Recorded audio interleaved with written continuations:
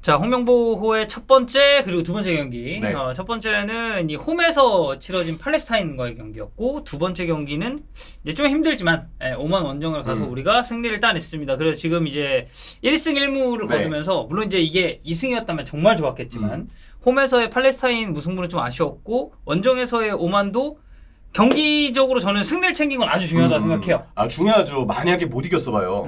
10경기를 이제 이번 3차 예선에서 치르는데 그 중에 2경기를 초반에 2경기를 못 이긴다고 생각을 하면 우리 진짜 상위 2개 팀 안에 드는 게 상당한 위기가 발생했을 수 있습니다. 맞아요. 그런데 어쨌든 1승 1무를 거뒀고, 이게 그 다른 조 상황도 좀 보면은 되게 골치 아픈 게 호주가 지금 1무 1패. 카타르도 1무 1패예요. 카타르도 1무 1패. 카타르는 심지어 북한하고 비겼어. 11명에서 전반 중반부터 했는데. 어제 그 경기 굉장히 지연이 많이 됐다고. 비가 많이 와가지고 네. 20분 지연되고요. 그리고 네. 뭐 전반전 추가 시간 10분, 후반 추가 시간이 15분이었나 그랬어요. 아, 네. 많이 나왔구나. 엄청 많이 나왔습니다. 다른 조 상황도 지금 굉장히 복잡합니다. 네. 복잡한 가운데 그 와중에 우리가 1승 1무를 챙긴 거는 뭐 불행 중 다행이라고 이제 봐야 될 것 같고, 오늘은 전체적으로 이 두 경기를 치르면서 좀 어땠는지 그런 면을 저희가 한번 살펴볼 겁니다. 일단 팔레스타인전은 정말 최악 중에 최악이었습니다. 뭐 잔디 상태도 당연히 최악이었지만 그걸 떠나서 저는 팀의 구조도 사실 이번 팔레스타인전은 진짜 최악 중 최악이었다고 다시 한번 생각을 하고, 그랬기 때문에 상대적으로 비교하면 오만전이 팔레스타인전보다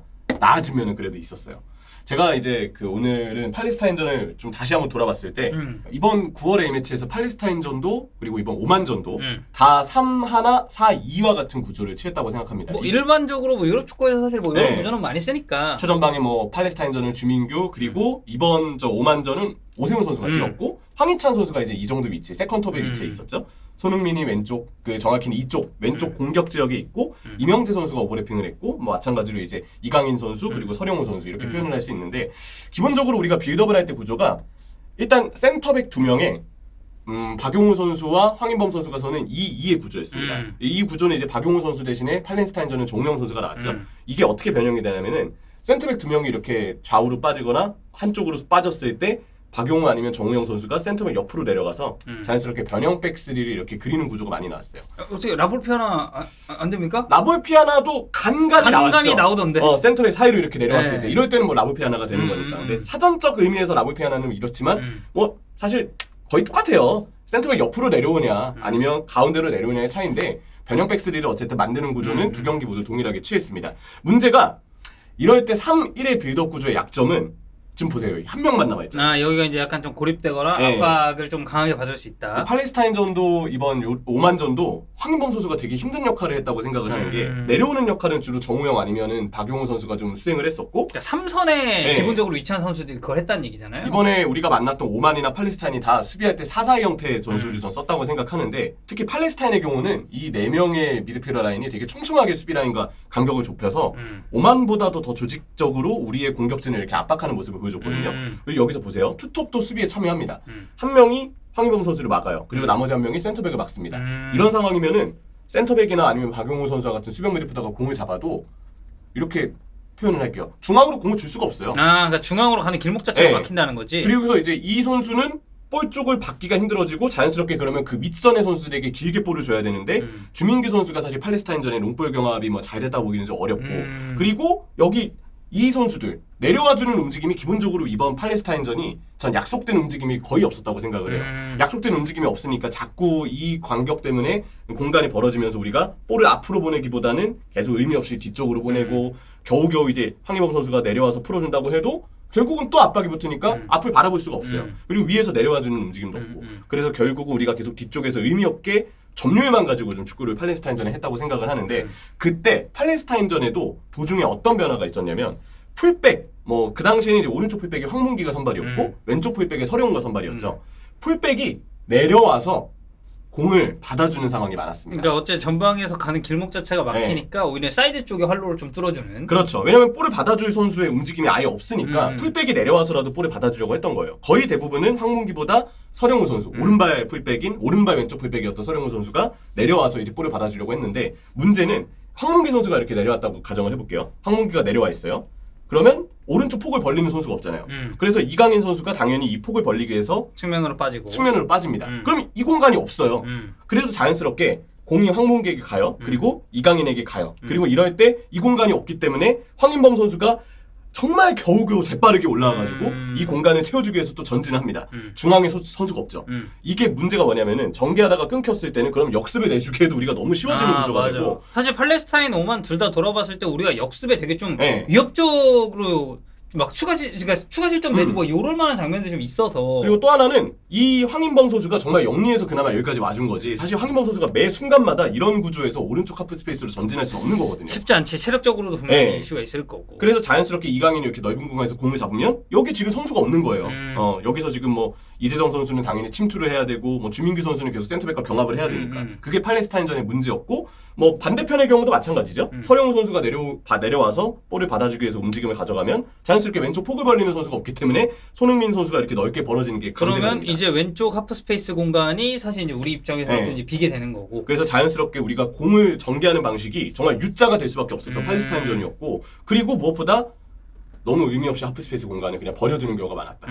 이런 문제가 상당히 좀 많았거든요. 네. 근데 이번 오만전에 피드백이 된 부분이 뭐냐면 풀백의 움직임. 일단 배치부터가 바뀌었습니다. 오른발 왼쪽 풀백이 아니고요. 이제 왼발 왼쪽 풀백. 이명재 선수가 이명재가 선발이었죠. 예. 그리고 서령우 선수는 오른쪽으로 나와서 오른발 오른쪽 풀백. 그러니까 이런 거 보면 네. 서령우가 참 중요해요. 왜냐면 좌우가 좌우측이 다르니까. 이제 다 되고 근데 이제 그럴 수 있잖아요. 좌우측이 다 되지만 어느 한쪽은 1인분이라고 할 수 있나? 라는 그런 의견이 나올 수 있는데 서령우는 어쨌든 나왔을 때 이제 둘 다 좋은 역할을 해주니까. 그렇죠. 그래서 이번에도 서령우 선수가 오른쪽 풀백으로 나왔고 이명재 왼쪽 풀백 달라졌는데 근데 여기서 다행인 점이 하나 있어요. 이렇게 풀백들이 내려오지 않고 웬만해선 전진을 많이 합니다. 그리고 센터백들이 조금 더 좌우를 이렇게 벌리면서 이 상황에서는 역시 마찬가지로 황인범 선수는 고립될 수밖에 없어요. 오만 선수들이 물론 팔레스타인보다 오만이 전체적으로 촘촘하지 않고 이렇게 많이 벌어져 있어서 우리 이선들에게 수비 미드필더 사이 공간을 많이 준 점도 있습니다. 그리고 저는 오만이 팔레스타인보다는 조금 공격적이었다고 네, 생각해요. 그런 비교했을 점도 때. 우리가 무시할 수는 없어요. 근데 어쨌든 지금 구조에서도 황인범 선수는 고립되기는 마찬가지거든요. 근데 여기서 중요한 게 폭을 벌려주는 선수가 늘 서령우 선수로 일정하니까 이강인이 오른쪽 하프 스페이스에 고정될 수 있습니다. 이 중앙에 고정돼 있으니까 이강인 선수가 자연스럽게 내려와서 황인범 선수 옆에서 공을 잡는 움직임이 비교적 더 매끄러워져요. 그러니까 황인범이 고립도 좀 덜 되고. 네. 근데 반대로 보면은 이 지난번 팔레스타인전은 황문기 선수 내려와서 볼 받게 했죠. 그리고 이강인 선수가 오른쪽 공간에 폭이 없으니까 이렇게 받아주려고 했어요. 넓게 빠질 수밖에 없었어요. 하프 스페이스가 비잖아요. 근데 이강인 선수 입장에서도 이러면 나한테 볼이 안 오는데 의미가 없다는 걸 아는 거죠. 그래서 이강인 선수가 자기 개인의 역량으로 내려와서 이곳에서 볼을 받으려고 했는데 거기서 이제 황문기 선수가 올라가려고 해도 이럴 때 이강인이 내려올 때 황문기가 올라가는 아니면 뭐 황문기가 받아줄 때 이강인이 뭐 이렇게 중앙으로 좁히는 그런 움직임 자체가 우리가 지난 팔레스타인전에 아예 약속이 잘 되어 있지 않았어요. 좀 유동적으로 오만전에는 잘 됐다고 보고. 근데 오만전의 경우는 서령우가 딱 오른쪽 폭을 고정시켜주니까 자연스럽게 이강인이 가운데 머무르면서 내려오는 움직임도 좀 더 편해지죠. 뭐 여기서 내려오는 거랑 여기서 내려오는 건 차이가 크잖아요. 그치. 그래서 자연스럽게 황인범 선수가 압박을 받고 있어도 이강인 선수가 받아주면서 이걸 반대로 전환을 해주거나 중앙으로 연결해주는 상황들이 비교적 쉽게 나왔고 그리고 여기서 또 중요한 것이 손흥민 선수의 위치입니다. 이명재 선수가 계속 왼쪽 폭을 벌려주는 오버래핑을 가져가니까 오히려 황희찬이 많이 내려오던데. 손흥민이 자연스럽게 대각선 방향으로 들어오는 움직임이 더 개선이 됐고 말씀해 주셨던 이 황희찬 선수는 아까 이강인이 이제 오른쪽 하프 스페이스 지역을 내려와서 황인범 선수 옆에서 볼을 받았다고 얘기 드렸잖아요. 황희찬 선수의 역할은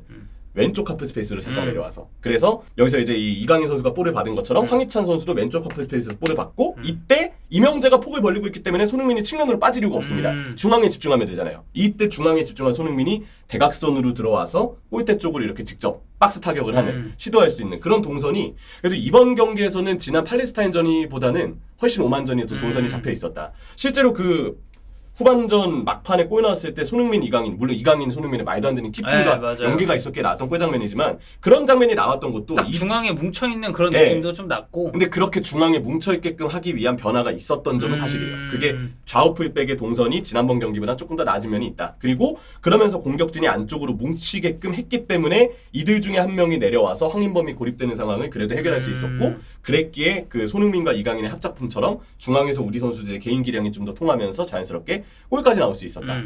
그리고 오세훈 선수의 선발도 저는 좀 반가운 면이 많았어요. 우리가 뭐 매 순간마다 이강인이나 아니면 뭐 황희찬 선수가 내려와서 볼을 받아주는 게 늘 편한 것은 아니기 때문에 좀 안 되겠다 싶을 때는 오세훈 선수를 활용해서 롱볼을 올리기도 했거든요. 왜냐면 어쨌든 버텨주고 네. 일단 1차적으로 경합해주는 힘이 분명히 있는 선수니까. 그렇죠. 그래서 우리가 오세훈 선수를 활용한 롱패스 시도도 좀 약속된 대로 자주 행했다는 점.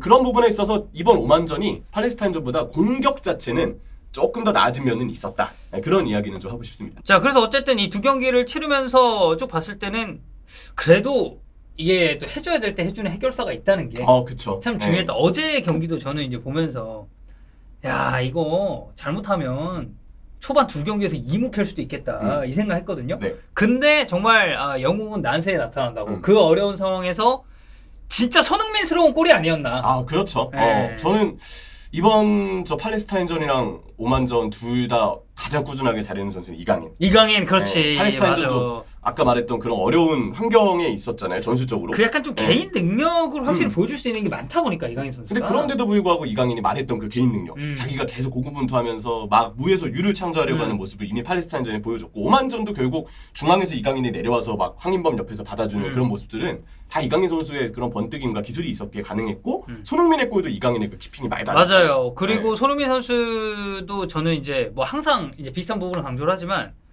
전방에서 공을 잡고 있을 때 어쩔 수 없이 상대 선수들 두세 명이 고정이 될 수밖에 없거든요. 그래서 주민규 선수 골 보면 사실 손흥민 쪽으로 시선이 다 쏠린 상황에 반대쪽에 이제 엄지성이 있으니까 그쪽 견제할 수밖에 없고 그렇죠. 그래서 뒤에서 들어오는 주민규가 조금 더 저는 편한 상황에서 슈팅을 날릴 수 있지 않았나라고 생각을 해요. 그래서 뭐 형철이가 얘기했었던 뭐 이강인 그리고 뭐 제가 얘기했었던 손흥민 어쨌든 이 전방 지역에서 공격을 담당하는 선수들이 팀적으로도 그렇지만 개인적으로 이 개인 능력을 통해서 보여준 게 이번 두 경기에서는 너무 좀 빛이 나지 않았나 싶습니다. 뭐 일단 결론적으로 이야기했을 때 뭐 앞서 얘기했던 것처럼 1승 1무 뭐 2승이었으면 더 좋았겠지만 이건 좀 아쉬우나 오만전에 좀 개선된 점이 나왔고 근데 이제 안 풀리는 그런 시기도 분명히 있었거든요. 있었어요. 근데 저는 어째 저도 이 K리그를 좋아하는 사람으로서 그 딱 울산이 약팀 못 팰 때, 못 잡을 때, 딱 그 느낌이 굉장히 좀 세게 들어서 제가 이런 점은 이제 좀 개선이 좀 돼야 되지 않을까. 저도 이게 딱 그 표현이 와닿는데 이 팔레스타인전과 오만전에 있어서 저는 공격은 그래도 이런 부분이 개선됐다라고 얘기는 드릴 점이 있었거든요. 수비는 근데 아직 갈 길이 멉니다. 이번에 일단 축구하다 보면은 우리가 당연히 공격을 하고 흐름을 잡고 있다가도 어쩔 수 없이 상대 흐름으로 갈 때가 있어요. 그건 어떻게 피할 수가 없습니다. 당연히 뭐 45분 동안 지배하는 거는 웬만하면 불가능한 거니까. 근데 그럴 때 이렇게 상대한테 흐름이 넘어갔을 때 우리가 어떻게 버티느냐를 이제 따져봐야 되거든요. 근데 우리가 그 버틸 때 약속된 플레이가 좀 덜 나옵니다. 기본적으로 압박을 하는 데 있어서도 우리가 압박에 있어서 기동력이나 어떤 간격 유지가 잘 된다고 말하기는 힘들고 위에 선수들이 압박을 하기 위해서 올라가 있는데 미드필더나 수비 쪽에서 같이 올라가 주거나 간격을 좁혀주려는 시도가 별로 없었어요. 그래서 위에 선수들은 압박을 하는데 개인의 압박이 풀리잖아요. 그럼 자연스럽게 그 아래쪽에 공간이 넓게 비어있는 상황에서 그러니까 상대한테 좀 배우 공간을 내주는 그런 장면들도 좀 있었고 배우 공간을 주는 거죠. 그래서 우리가 어떻게 보면 조금 더 라인도 올리고 조금 더 뭔가 선수들이 압박을 더 짜임새 있게 해서 오만의 빌드업을 방해했다면 그럼 우리가 굳이 위기 상황을 안 내주고 자연스럽게 공격 흐름을 우리가 다시 가져갈 수 있는 거였거든요. 근데 압박을 하긴 하는데 공격진만 움직이고 있고 나머지 선수들은 계속 아래쪽으로 좀 물러서 있어요. 근데 그렇다고 해서 아래쪽으로 내려간 선수들이 간격 조절이 잘 됐느냐? 그것도 아니었거든요. 그래서 이번에 오만전 위기 상황 내주는 거 보면 하프 스페이스 커버하는 움직임이 아예 없어요. 그리고 사이드 지역에서 상대한테 역습 내줬을 때 그 뒷공간이 엄청 좀 광활하게 열렸었던 장면도 꽤 있었고. 그렇죠. 우리가 사실 더블 볼란치를 쓰고 있잖아요. 박용우 선수랑 황인범 선수 두 명이 같이 중앙 미드필드에 나왔잖아요. 수비 상황에서도 두 명이 있는데도 불구하고 이 둘에게 확실히 수비 시에 동선을 잡아주지 않았다라고 저는 생각이 들기 때문에 계속 하프 스페이스 커버가 한두 박자씩 늦어서 그래서 결국 오만 선수들에게 기회를 내주는 경우들이 많았거든요. 그쵸. 오만이 4-4-1을 쓰는데 풀백이 오버래핑하면서 공격진이 안쪽으로 좀 좁혀서는 움직임이 좀 있었고. 그래서 윙포워드나 아니면 세컨드 스트라이커 같은 선수들 2선 자원들이 바로 하프 스페이스를 타격할 수 있는 구조가 쉽게 나오는데 우리가 그런 하프 스페이스 커버가 아예 되어 있지 않았다는 점. 차라리 1차 압박이 좀 어설프다 싶으면 아예 선수들에게 간격을 좁혀서 이런 하프 스페이스 공간을 내주지 않게끔 수비 미드필더 공격까지 짜임새 있게 딱 컴팩트하게 서는 것을 연습을 하던지 아니면 압박을 할 때는 좀 더 짜임새 있게 압박을 하는 모습을 보여주던지. 근데 여기서 우려스러운 점은 올 시즌 울산의 홍명보 감독의 울산에서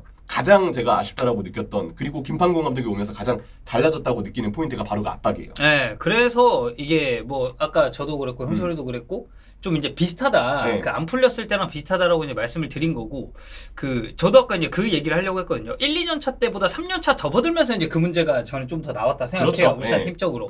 그래서 어쨌든 우리가 오만전이 팔레스타인전에 비해서 개선된 점도 있었고 앞으로 더 개선해야 될 점도 있고 네. 일승일무에 우리가 만족하면 안 되고 여기서 이제 우리는 진짜 무조건 다이렉트로 직행한다는 생각으로 경기를 또 해야 되기 때문에 그렇죠. 다가올 A매치 이제 10월에 또 A매치가 있거든요. 네. 10월 A매치 10월 때 일정 진짜 빡셉니다. 네. 만나는 팀들이 폼 좋은 팀들이에요. 요르단을 우리가 또 만나야 되고 이라크가 이라크를 있단 만나야 말이에요. 돼서 그러니까 네. 우리 조에서 제일 강하다고 할 수 있는 팀들이 이제 만나요. 그래서 그 팀들을 만났을 때 우리가 좀 얼마만큼 더 개선된 경기라고 보여줄 수 있을지 같이 한번 보시면 좋을 것 같습니다.